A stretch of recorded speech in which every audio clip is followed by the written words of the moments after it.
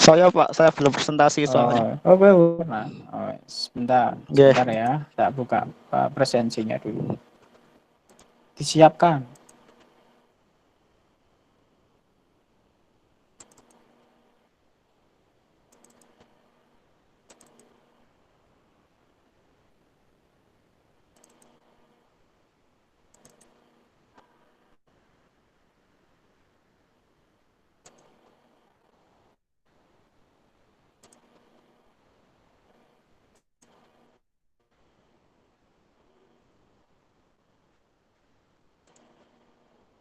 Yo, Mas Radit.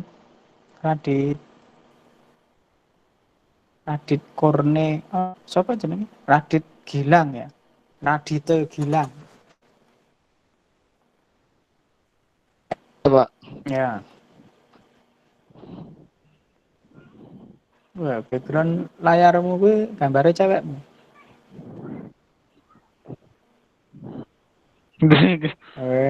Ceweknya ayu dah. Sudah muncul belum, Pak? Sudah. Slide-nya. Sudah. Saya mulai nggih, Pak.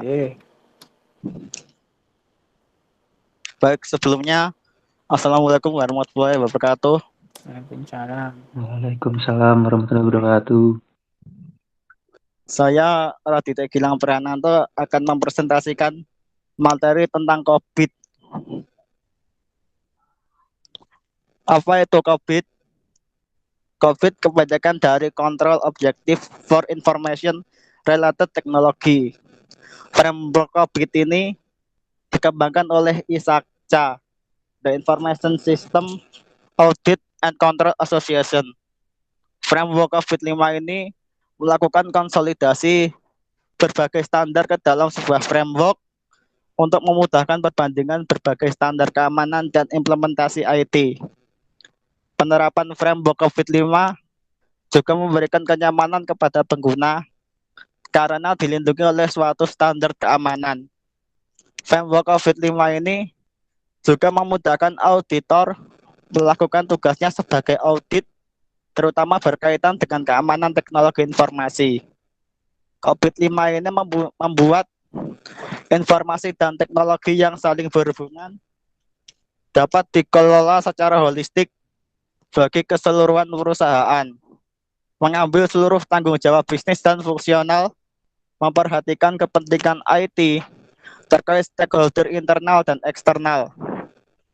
Prinsip dan kemampuan COVID-5 ini dapat diterapkan pada perusahaan berskala kecil sampai besar, baik yang swasta, non-profit, juga pada sektor pelayanan publik. Perbedaan COVID-5 dan COVID 4.1. COVID 4.1 dengan COVID-5 mempunyai beberapa perbedaan, terutama dalam pembagian domain dan aktivitas proses kerjanya. Pada kerangka kerja COVID-5, terdapat pemisahan yang tegas antara tata kelola dengan manajemen. Dengan adanya pemisahan ini, maka akan memudahkan institusi yang ingin secara jelas memisahkan antara tata kelola dengan proses operasional rutin. 5 prinsip COVID-5. 5 prinsip COVID adalah 1. Meeting stakeholder needs, memenuhi kebutuhan stakeholder. Yang kedua, covering the enterprise end-to-end, meliputi seluruh kegiatan perusahaan. Yang ketiga, applying a single integrated framework, menerapkan satu framework terpadu. Yang keempat, enabling a holistic approach, memungkinkan pendekatan holistik. Yang kelima, separating governance from management, memisahkan tata kelola dan manajemen. COVID-5 enabling process. Yang pertama, stakeholder. Tiap proses memiliki stakeholder internal dan eksternal dengan peran dan tanggung jawab masing-masing. Yang kedua, goals. Tujuan proses didefinisikan sebagai sebuah pernyataan yang mendeskripsikan keinginan untuk mendapatkan hasil dari proses tujuan proses mendukung IT related yang mendukung tujuan organisasi. A. Intrinsic quality. Apa ya, proses ini mempunyai kualitas akurat dan selaraskah ya dengan praktik yang baik sesuai dengan peraturan eksternal dan internal. Yang kedua contextual quality. Apakah proses terkustomisasi dan beradaptasi dengan situasi spesifik organisasi? Apakah proses itu relevan, dapat dimengerti dan mudah digunakan? Yang ketiga, accessibility and security. Proses menjadi rahasia saat dibutuhkan dan diketahui dan dapat diakses oleh pihak yang membutuhkan. Life cycle. Setiap proses memiliki siklus, didefinisi, diciptakan, dijalankan, diawasi, dan diperbaharui. Good practice. COVID-5 enabling process berisi model referensi proses, di mana praktik terbaik dari proses internal dideskripsikan secara detail. Dimensi proses tata kelola IT pada COVID-5. Model referensi proses COVID-5 membagi praktik dan aktivitas yang berhubungan dengan IT ke dalam dua area utama, tata kelola dan manajemen. Lebih jauh lagi, dibagi menjadi beberapa domain proses. Yang pertama, domain tata kelola terdiri dari evaluasi, arahan, dan pengawasan. 4, domain manajemen berhubungan dengan tanggung jawab pada bidang perencanaan atau plan, pembangunan atau build, pelaksanaan atau run, pengawasan atau monitor. Dari kelima domain tersebut didefinisi ke dalam 37 definite proses. Dimensi proses tata kelola IT dalam COVID-5. Yang pertama, evaluate, direct and monitor atau EDM. Proses tata kelola berhubungan dengan tata kelola tujuan stakeholder, pengantaran nilai, optimasi risiko, dan optimasi sumber daya, serta termasuk di dalamnya praktik dan aktivitas yang bertujuan untuk mengevaluasi pilihan strategis, pengarahan menuju IT, dan monitoring outcome, pengawasan setiap hasil. EDM definite proses tersendiri ada 5, guys. Di situ ada itunya, mulai dari ensure governance framework setting sampai dengan ensure stakeholder transparency. Yang kedua adalah align plan dan organis APO. Menyediakan panduan untuk solution delivery dan service delivery BAI serta pendukung DSS. Area ini melingkupi strategi dan taktik serta mengidentifikasi cara terbaik di mana IT dapat berkontribusi dalam pencapaian tujuan bisnis. Realisasi visi dan strategis harus direncanakan, dikomunikasikan, dan dikelola dengan perspektif yang berbeda. Pengelolaan organisasi dan infrastruktur teknologi dengan layak. Di sini apa definite prosesnya ada 13 dan sudah tampil di slide ini. Yang ketiga, build, acquire, and implement BAI. Menyediakan solusi dan mengantarkannya dalam sebuah layanan. Untuk merealisasikan strategi TI, solusi TI harus dapat diidentifikasi, dikembangkan, dan diperoleh, serta diimplementasi dan diintegrasikan ke dalam proses bisnis. Domain ini juga melingkupi perubahan dalam proses maintenance sistem yang ada untuk menjamin bahwa solusi TI dapat terus memenuhi tujuan bisnis. BAI definite prosesnya ada 13, dari manage programs and project sampai dengan manage configuration. Yang keempat, deliver service dan support atau DSS. Domain ini fokus pada penerimaan solusi dan kegunaannya dalam membantu user. Bagaimana pengantaran dan dukungan dari layanan yang dibutuhkan, termasuk di dalamnya pengaturan nilai, manajemen keamanan, layanan pendukung untuk user, dan manajemen data dan fasilitas operasional. DSS definite proses ini ada 6, mulai dari DSS 01 manage operation sampai yang nomor 6 DSS 06 manage business process control.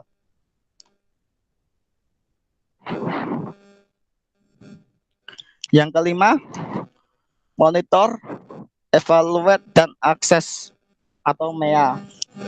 Pengawasan terhadap semua proses menjamin bahwa arahan atau panduan yang benar-benar dijalankan. Semua proses TI harus sering diukur untuk kualitas serta pemenuhannya dengan sebuah kebutuhan pengendalian. Domain ini meliputi manajemen performa, pengawasan terhadap pengendalian internal, kepatuhan terhadap peraturan, dan tata kelola. Maya defines proses ini ada 3 yang bisa dilihat pada slide di sini. Seterusnya align plan, organize, apo 2 manage strategi. Proses pendeskripsian memberikan pandangan holistik tentang bisnis saat ini dan lingkungan TI, arah masa depan, dan inisiatif yang diperlukan untuk bermigrasi ke lingkungan masa depan yang diinginkan.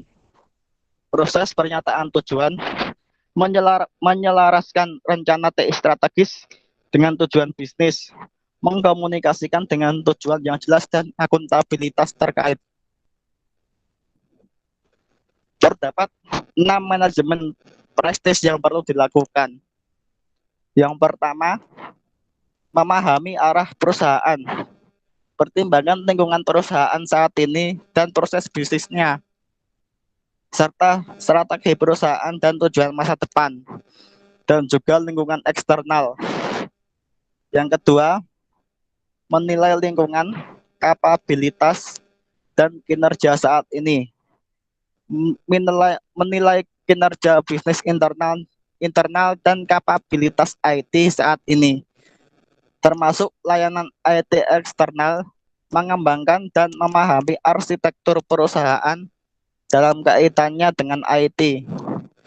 Yang ketiga, menentukan kapabilitas dari target IT, menentukan target bisnis dan kapabilitas dari IT serta layanan yang diperlukan berdasarkan lingkungan dan kebutuhan perusahaan.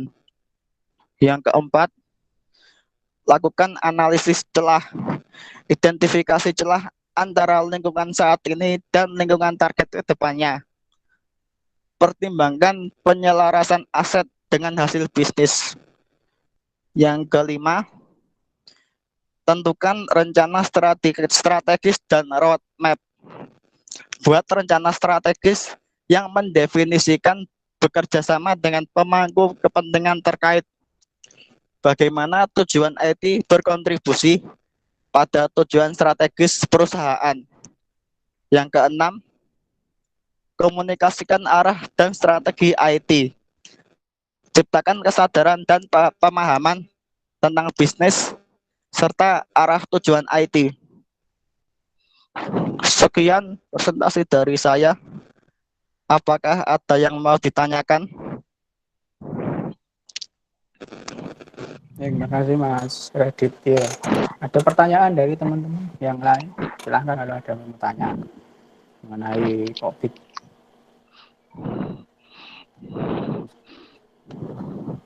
Ayo silakan, ada yang mau bertanya kepada Mas Raditya.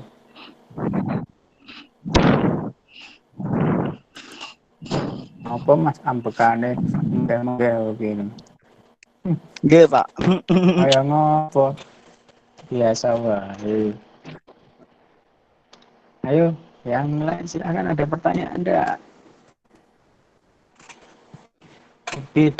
Jadi ini framework ya, framework yang digunakan apa namanya untuk melakukan perencanaan strategis sih.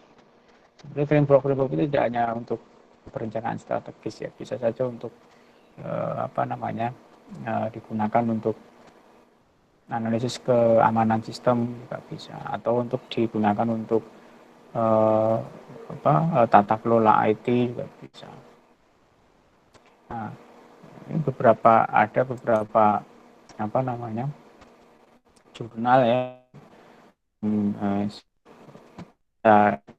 melakukan apa namanya menulis jurnal mengenai ini saja coba contohkan dulu.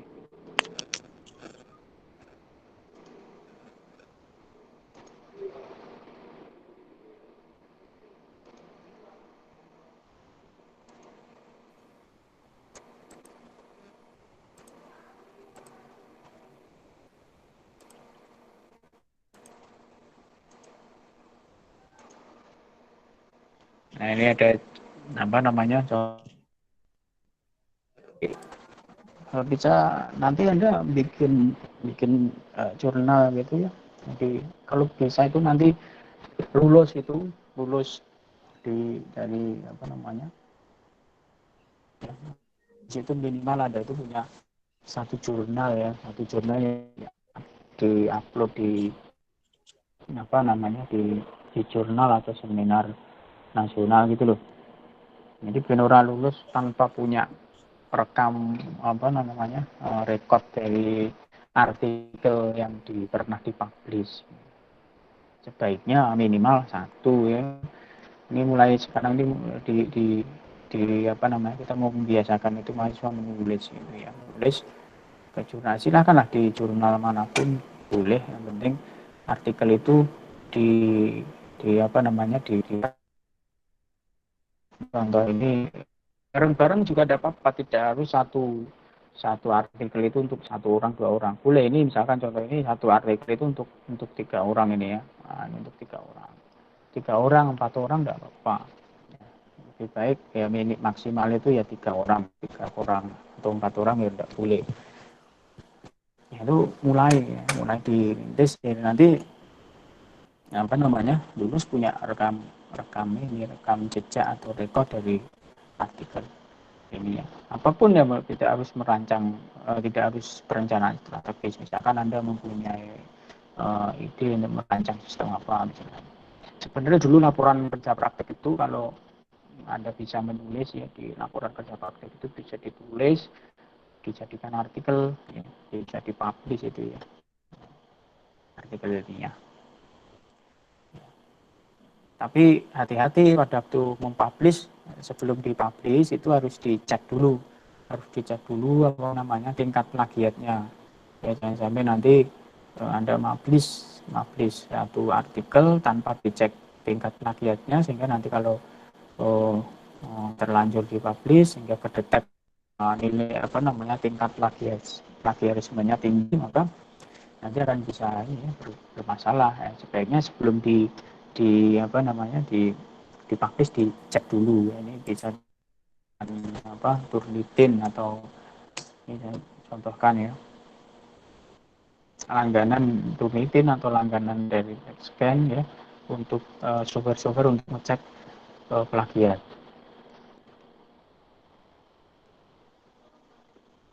Ini contoh. Jadi ya ini contoh saya ya, saya pada waktu mau mempublish sebuah artikel, maka artikel itu sebelum dipublish, sebelum dikirim ke jurnal, ke publisher ya, maka dicek dulu tingkat plagiatnya ya. Jadi intinya setelah dibuat ya draft artikelnya dicek dulu ya, ini 9% ya tingkat plagiatnya. Ini minimal di bawah 10. Minimal di bawah 10, jangan sampai lebih. Ini 9% itu sudah hijau, itu boleh ya. Nah, kita lihat nanti ada view plagiatnya di mana gitu.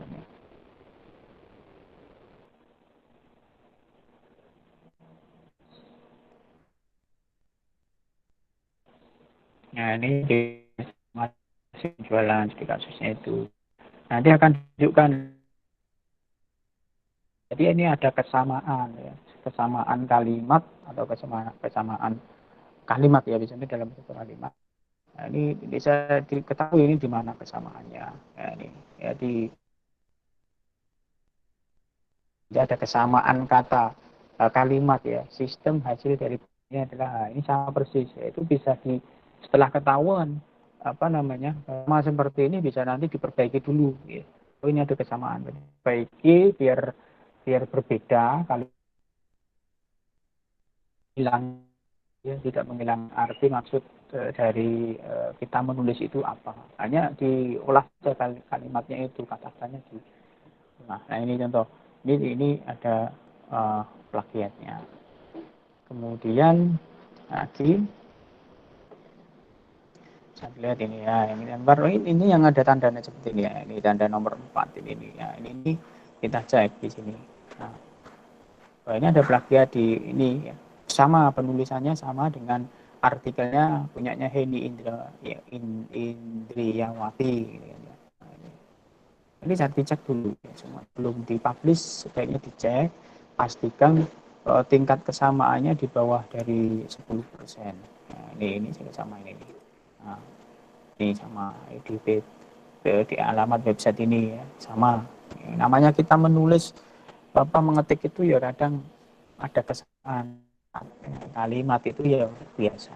Nanti kalau memang masih bisa diperbaiki, tapi kalau memang tidak bisa ya tidak apa-apa. Kalau seperti misalnya terlihat pada gambar itu kan ya memang itu kata-kata umum ya, tidak apa-apa, dibiarkan saja. Nah, ini yang jelas nanti sebelum dipublish harus dicek dulu dan diusahakan minimal di bawah dari di bawah dari 10% ini. Nah, itu jadi setidaknya minimal ini ya, satu artikel. Ini contoh dari punyanya Ricky Hiryawan, dia membuat tentang perencanaan strategi CSI ya, menggunakan toga. Kemarin pertemuan sebelum bahas ya, dia menggunakan frameworknya pakai toga ya, melakukan abuan itu. Studi kasusnya di bagian pelayanan barang pada PT Pelabuhan Indonesia. Jadi ya, ada abstrak ya. Ya, kemudian ini isinya, ini kan kemarin yang kita bahas minggu kemarin ya, ada TOGAF ini framework dari TOGAF ya. Dia digunakan untuk perencanaan strategis pada pada kasusnya di bagian pelayanan barang pada PT Pelabuhan Indonesia.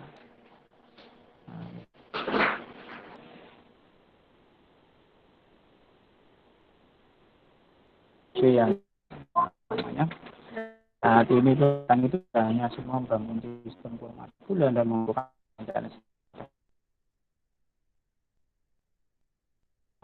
blok tertentu, atau nanti ya seperti nanti harus webinar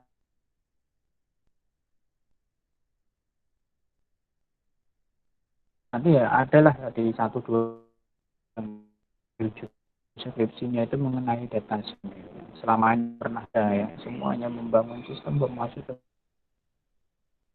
ambil satupun mengenai pengolahan database ya, itu dengan data science. Nanti bisa mungkin tahun ini bisa dimulai siapa yang berminat judul skripsi mengenai data science. Jadi insya Allah besok Sabtu ya kita akan ada seminar webinar itu, silahkan nanti yang angkatan 2017 ikut semua ya, wajib ikut. Nah ini contoh ya. Ini contoh. Kemudian ada lagi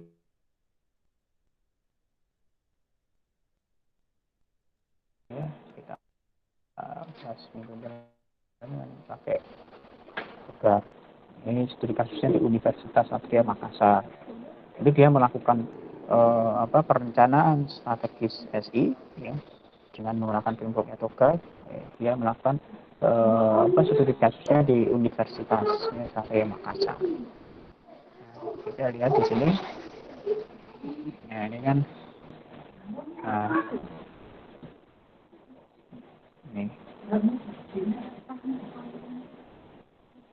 Nah, ini kan dia menganalisa ya kondisi informasi saat ini yang ada di Universitas Satria Makassar tadi. Ya, menganalisa dengan menggunakan apa tadi frameworknya apa topograf ya. Jadi analisa kondisi sistem saat ini seperti apa. Kondisi saat ini, kemudian kondisi yang diinginkan seperti apa, sehingga kelihatan apa ketahuan gap antara kondisi saat ini dengan kondisi yang diinginkan di masa yang mendatang seperti apa. Sehingga ada gap, ya sehingga gap itu yang akan diselesaikan, ya, yang akan dilakukan perencanaan strategis SITI ya untuk mencapai tujuan yang diinginkan ya di masa yang akan datang atau mendatang. Dia menggunakan frameworknya juga. Nah, ini dia menganalisis kondisi saat ini seperti apa. Oh, kondisi saat ini di Universitas Satria Makassar itu ada informasi akademik. Ya, ini isian dari informasi akademiknya ya. Kemudian ada informasi keuangan. Ini keterangannya. Kemudian ada informasi kepegawaian, ada e-learning, ada informasi perpustakaan. Itu kondisi saat ini. Itu dianalisa. Kemudian dari kondisi saat ini ya, kemudian dianalisa ada kebutuhan yang akan datang seperti apa.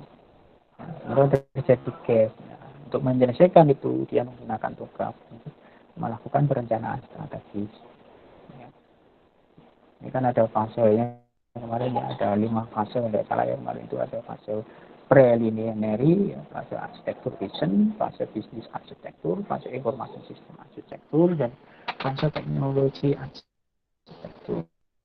Itu dianalisis masing-masing nanti gimana untuk menyelesaikan permasalahan ini, untuk menyelesaikan gap antara kondisi saat ini ya, di mana di Universitas Satria Makassar dengan kondisi yang akan diinginkan yang akan mendatang yang diinginkan seperti apa, gap itu yang akan diselesaikan ya, ini ya, fase-fase itu dilakukan ya apa fase arsitektur vision ya, ini fase ini dijelaskan mengenai kebutuhan seperti visi misi tujuan organisasi kan harus untuk mencapai apa sesuatu itu kan harus jelas visinya sebenarnya apa, misinya apa dan tujuannya apa. Ini mendefinisikan itu dulu apa sebenarnya visinya dari fase arsitektur vision ya visi dan misi dari universitas itu apa ya, ini dianalisa dia nah, kemudian dia ya, ini karena dia studi kasus ya berarti dia sesuai dengan studi kasusnya mungkin antara apa namanya universitas satu dengan yang lain berbeda ya karena studi kasusnya di Universitas Satria Makassar ya berarti ini sasaran strategi pencapaian tujuan itu sesuai dengan yang apa namanya yang ada di Universitas Satria Makassar. Makanya pada waktu kita melakukan penelitian itu menjadi penting ya satu apa namanya objek tempat penelitian atau studi kasus. Jadi usahakan nanti kalau bikin skripsi ya dengan apa namanya satu objek studi kasus ya sehingga memudahkan kita untuk mengambil data. Kalau ada studi kasusnya kan enak mengambil data ya kebutuhan data yang diinginkan ada. Kalau tanpa tidak punya studi kasus kan repot nanti ya, penelitian yang tidak ada studi kasusnya itu kan datanya semakin banyak. Kalau pakai studi kasus kan fokus pada tempat studi kasus. Nah, kemudian fase yang kedua ini ya membangun bisnis atau fase bisnis arsitektur atau bisnis processing proses model ya proses modeling nation.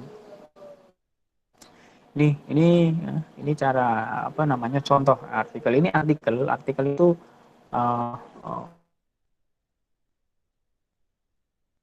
kan. Jadi kalau sebenarnya ada seperti Anda menulis nanti ada skripsi ya, menulis laporan skripsi itu kan urut dari mulai dari ada abstrak bab 1, bab 2, bab 3, bab 4, bab 5 sampai kesimpulan bab 5 itu kan laporan skripsi. Nah, artikel itu ringkasan dari itu ditulis ya, dibuat artikel. Ya, dan biasanya ada batasannya satu artikel itu hanya 5 halaman maksimal atau 6 maksimal 6 halaman saja misalnya. Jadi tidak terlalu banyak halamannya ya. Ini satu artikel hanya 5 sampai 6 halaman saja. Tapi jelas ya isinya tahapannya jelas. Ini contoh ini. Ini yang dihasilkan hasil. Ini aplikasi pembuatan aplikasi menggunakan critical success factor. Mana yang apa namanya aplikasi yang memang itu kritikal, yang harus apa namanya kritikal itu yang penting ya, yang penting dari level mana yang lebih penting, yang tidak yang belum penting yang diusahakan. Yang penting cetak presensi itu kan kritikal ya. Pemulaan nilai itu diberi nilai bobot kritikalnya 2 dan seterusnya ya. Nah, ini dia menuliskan ini digambarkan dalam blueprint dalam pengembangan ini apa namanya sistem informasi perencanaan strategi sistem informasinya. Ini contoh. Ada lagi misalkan ini sama ya pakai graf. Ini juga sama, ini perencanaan strategis sistem informasi berbasis TOGAF ADM ya, dia sertifikasinya di Dinas Pariwisata Kota Yogyakarta. Nah, ini contoh artikel ya, berbeda-beda ya apa namanya template-nya. Ada yang template-nya dibuat 2 kolom seperti ini mengikuti dari jurnal yang menerbitkan. Ada yang dibuat 2 kolom seperti ini. Kalau ada yang ini tadi 1 kolom ya, dibuat 1 kolom ya. Nah, ini 1 kolom. Tidak 2 kolom, yang ini 2 kolom, yang ini tadi 2 kolom juga. Nah, ini mengikuti dari publishernya yang menerbitkan jurnal itu. Biasanya ada template-nya. Tapi biasanya rata-rata adalah 2 kolom. Rata-rata dibuat 2 kolom. Sehingga nanti kalau Anda pernah apa namanya?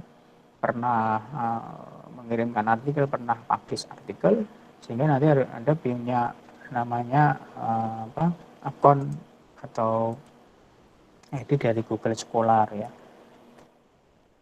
Scholar ID. Nah, ini contohnya punya saya ini Scholar ID. Nah, ini nanti kan muncul artikel-artikel apa saja yang pernah Anda publish ya. Ini citasi itu artikel itu pernah dikutip oleh orang ya, orang lain ya. Nah, ini 17 berarti artikel saya yang judulnya ini pernah dikutip oleh orang sebanyak 17 dan seterusnya. Ini contoh judul-judul artikel yang pernah saya tulis. Misalkan ini sistem pakar ini ya, kita buka. Nah, ini diterbitkan di mana? Ini diterbitkan di Jurnal Informatika UGRIS ya, tahun 2017. Kita lihat di sini.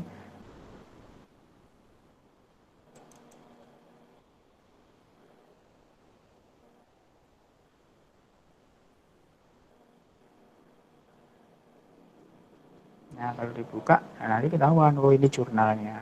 Berarti artikel itu di Jurnal Informatika UGRIS ya, diterbitkan di situ.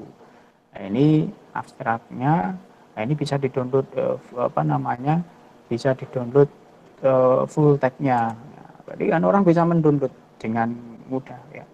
Kan tidak apa-apa kan orang mendownload artikel kita itu mungkin dijadikan sebagai sumber referensi pada waktu kita mau menyusun penelitian. Sama nanti kalau Anda membuat proposal skripsi harus punya artikel jurnal dari penelitian yang terdahulu yang judulnya itu mirip dengan judul yang akan Anda lakukan. Misalkan Anda membangun sistem pakar, ya cari tentang sistem pakar dan 3 tahun terakhir ya.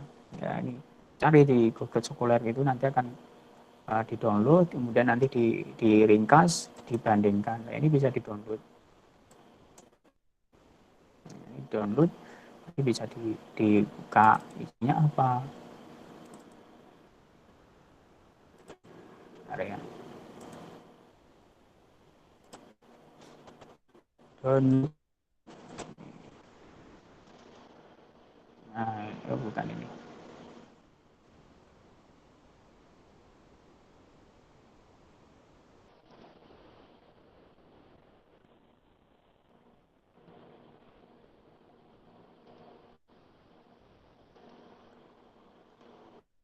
Download.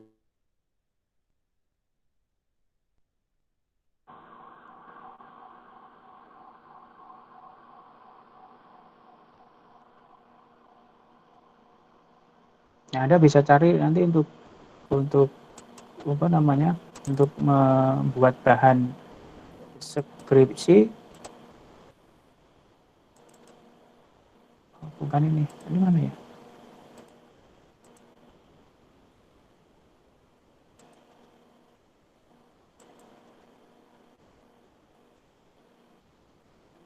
untuk membuat apa namanya proposal skripsi. Nanti insya Allah nanti ini ya akhir ini ini kedetek skripsi ya.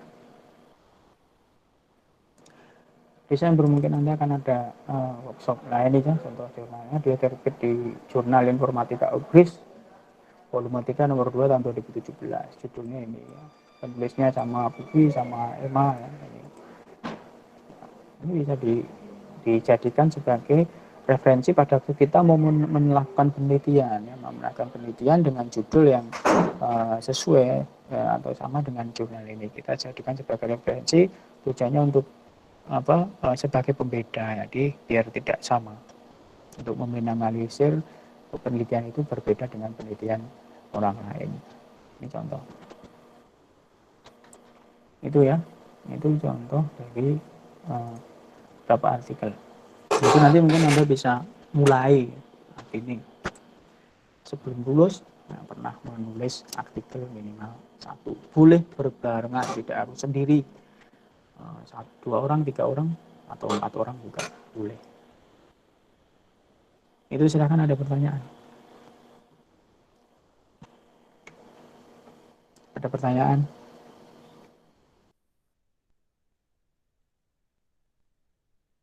Belum Pak, belum.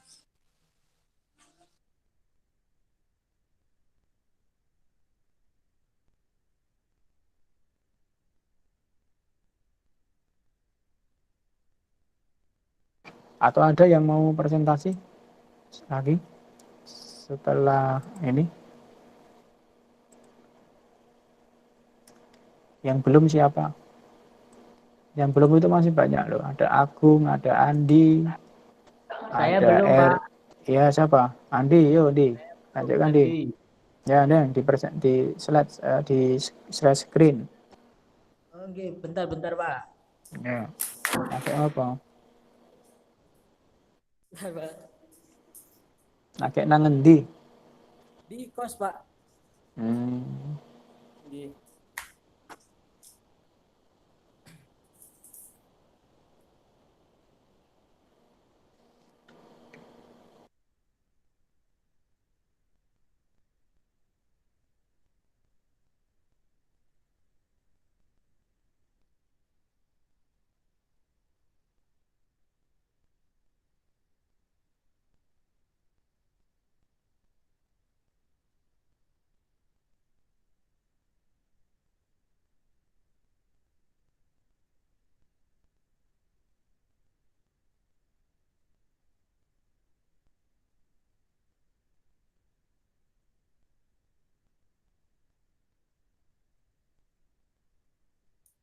Bentar, Pak. Laptopnya agak lemot itu.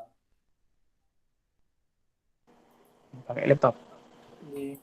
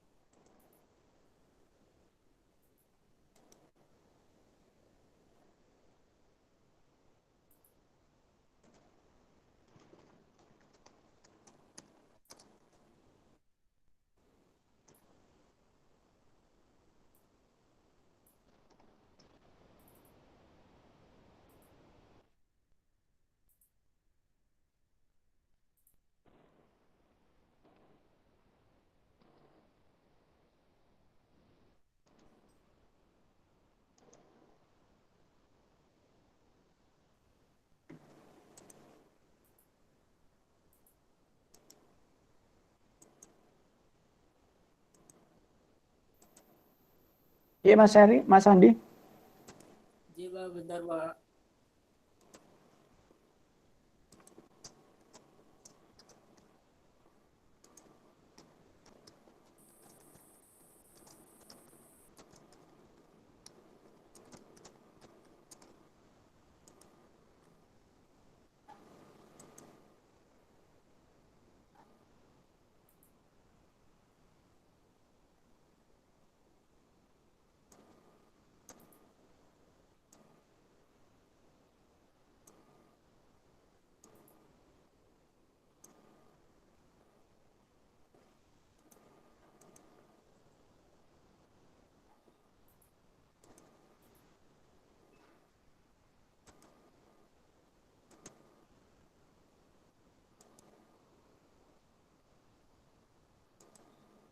Oke, kelihatan Kelihatan, Pak. di slideshow apa? Di slideshow ya.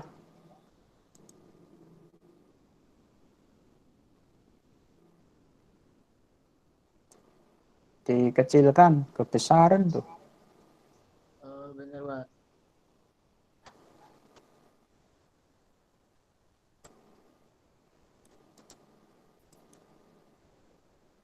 Ora Udah ya. belum, Pak? Yang lain enggak kebesaran ya?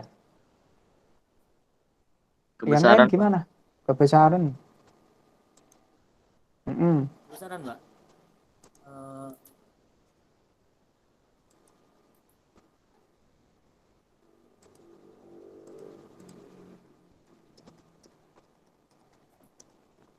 Enggak bisa. nggak bisa, ya, Ya Pak. sudah, kalau enggak bisa, anu aja, enggak usah di slideshow, biasa saja. Oke. Ditampilkan biasa saja. Ya, wes ngono ya.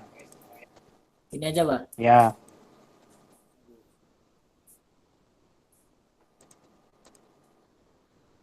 Baik, sebelumnya saya akan mempresentasikan mengenai tugas yang saya kerjakan, yaitu perencanaan strategi SITI Cockpit. Cockpit atau Control Objective for Information and Related Technology merupakan perangkat pedoman tata kelola dan manajemen komprehensif dan koheren perusahaan IT dengan wawasan pembentukan dan keselarasan dengan perencanaan strategis. Salah satu kerangka proses Cockpit 5 adalah AP0 AP APO 02 Manage Strategi. Proses ini erat hubungannya dengan rencana strategi TI dan bisnis untuk mendukung tujuan perusahaan. APO 02 Manage Strategi merupakan proses dalam Cockpit 5 yang terdapat dalam domain APO like atau like line, plan, and organize dan area manajemen. Deskripsi proses ini adalah memberikan pandangan holistik dari bisnis dan lingkungan TI saat ini, arah masa depan, dan inisiatif yang diperlukan untuk bermigrasi ke lingkungan masa depan yang diinginkan. AP02 Manage Strategi memiliki cakupan yang relevan untuk tata kelola TI mengenai 1. Framework for the Governance of Enterprise IT memastikan definisi pembentukan dan pengelolaan kerangka kerja untuk tata kelola perusahaan TI sejalan dengan misi, visi, dan lain-lain. Ini berhenti dulu apa dilanjut, Pak? Soalnya lagi ajan. dulu boleh.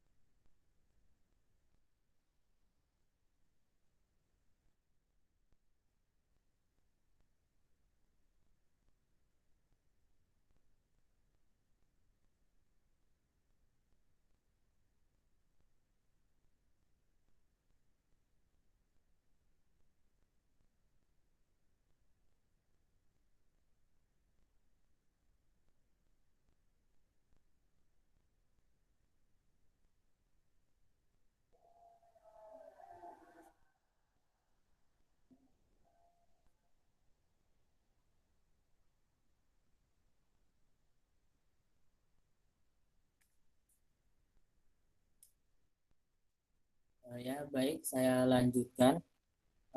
Selanjutnya yaitu strategic management, memastikan bahwa TI memungkinkan dan mendukung pencapaian tujuan perusahaan melalui integrasi dan penyelarasan rencana strategis TI dengan rencana strategis perusahaan. Selanjutnya ada risk optimization, memastikan bahwa kerangka kerja manajemen risiko TI ada untuk mengidentifikasi, menganalisis, memitigasi, mengelola, memantau, dan berkomunikasi yang berkaitan dengan TI, risiko bisnis, dan bahwa kerangka kerja untuk IT manajemen risiko adalah sejalan dengan kerangka manajemen risiko perusahaan atau ERM. Selanjutnya yaitu resource optimization, menjamin optimalisasi sumber daya TI termasuk informasi, jasa, infrastruktur, dan aplikasi dan orang-orang untuk mendukung pencapaian tujuan perusahaan. Selanjutnya praktik manajemen dan aktivitas APO 02, yaitu yang pertama ada understand enterprise direction, yang kedua ada assess the current environment capability and performance, ketiga ada define the target IT capability, keempat ada conduct gap analysis, kelima ada define the strategic plan and roadmap, dan keenam ada communicate the IT strategy and direction.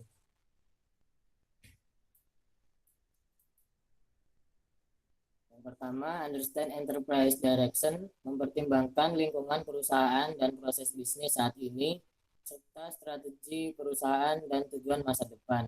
Mempertimbangkan lingkungan juga eksternal perusahaan, yaitu driver industri, regulasi yang relevan, dasar untuk kompetisi. Aktivitas yang ada di understand enterprise direction yang pertama adalah mengembangkan dan memelihara pemahaman tentang strategi dan tujuan perusahaan serta lingkungan operasional dan tantangan perusahaan saat ini. Kedua, mengembangkan dan memelihara pemahaman tentang lingkungan eksternal perusahaan. Selanjutnya, mengidentifikasi stakeholder kunci dan mendapatkan wawasan tentang kebutuhan mereka. Selanjutnya, mengidentifikasi dan menganalisis sumber-sumber perusahaan di perusahaan dan lingkungan eksternal. Lalu, memastikan prioritas dalam perubahan strategi dan memahami arsitektur perusahaan saat ini dan bekerja dengan proses arsitektur perusahaan untuk menentukan kesenjangan arsitektur potensial.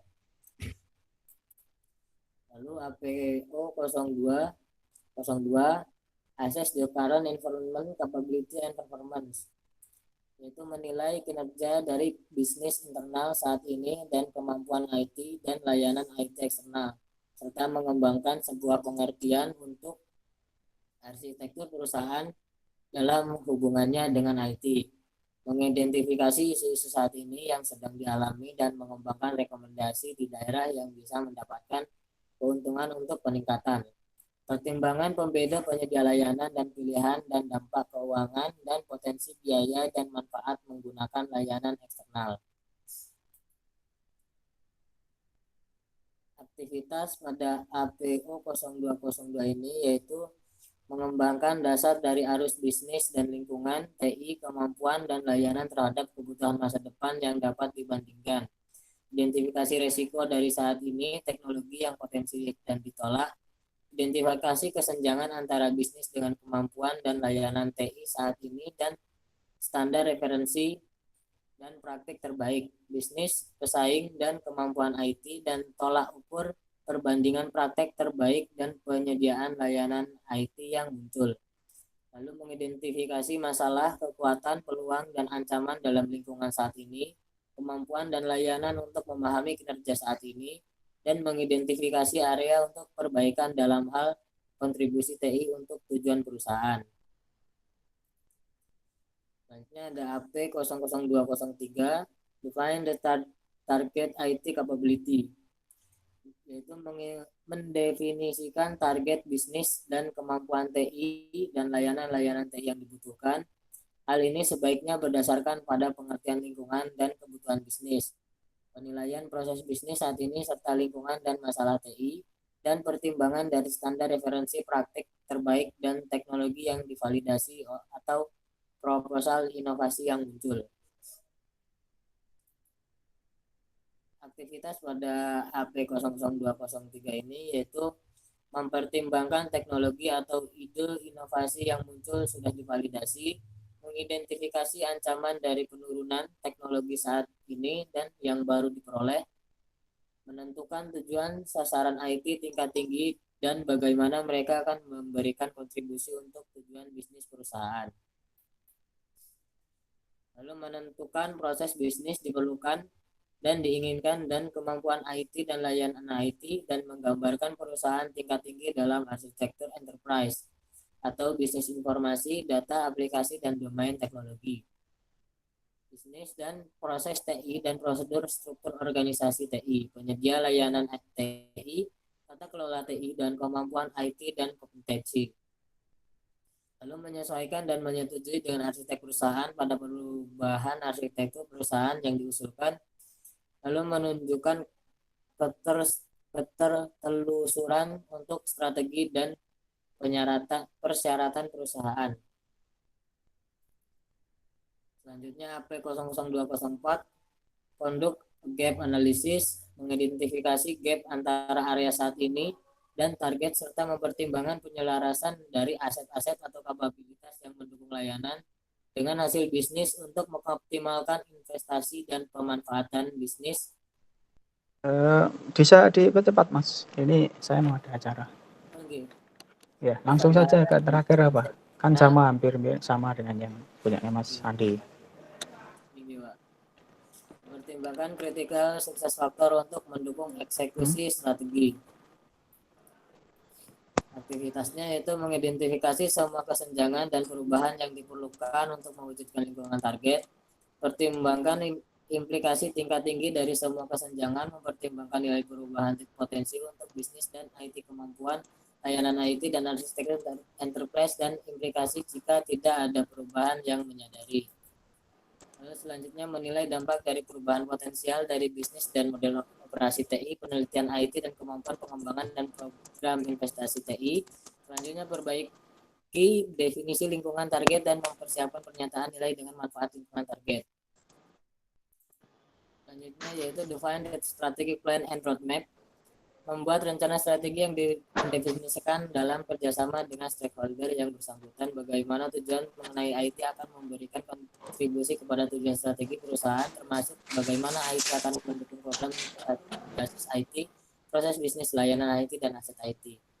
Mengarahkan IT untuk mendefinisikan inisiatif yang dibutuhkan untuk menutup kesenjangan strategi sumber dan pengukuran untuk digunakan dalam monitor pencapaian tujuan, kemudian prioritaskan inisiatif dan kombinasikan dalam peta perjalanan high level. Aktivitasnya yaitu pertama tentukan inisiatif yang diperlukan untuk menutup kesenjangan dan berimigrasi dari arus ke lingkungan target, termasuk investasi, anggaran operasional, sumber pendanaan, strategi sourcing, dan strategi akuisisi. Lalu identifikasi dan memadai menangani resiko, biaya, dan implikasi dari perubahan organisasi, evolusi teknologi, persyaratan peraturan, proses bisnis, re-engineering, staff, insourcing, dan outsourcing, kesempatan, dan lain-lain dalam proses perencanaan. Sudah? Yang lain? Gimana Pak? Oke, sudah. Oke. Ya, kan sama toh? Ya. Sama Pak. Oke. Ya udah, itu intinya itu COVID ya. Jadi bebas nanti pada waktu Anda mau melakukan perencanaan strategis SITI, boleh memilih menggunakan framework yang mana, apakah COVID, apakah TOGAF atau yang lain. Gitu ya. Baik, gitu. Nanti silahkan hasil PPT presentasi hari ini silahkan dikumpulkan melalui link. Kemudian tugas untuk hari ini silahkan dikerjakan untuk minggu depan. Jadi itu silahkan absen di sini, di chat, silahkan.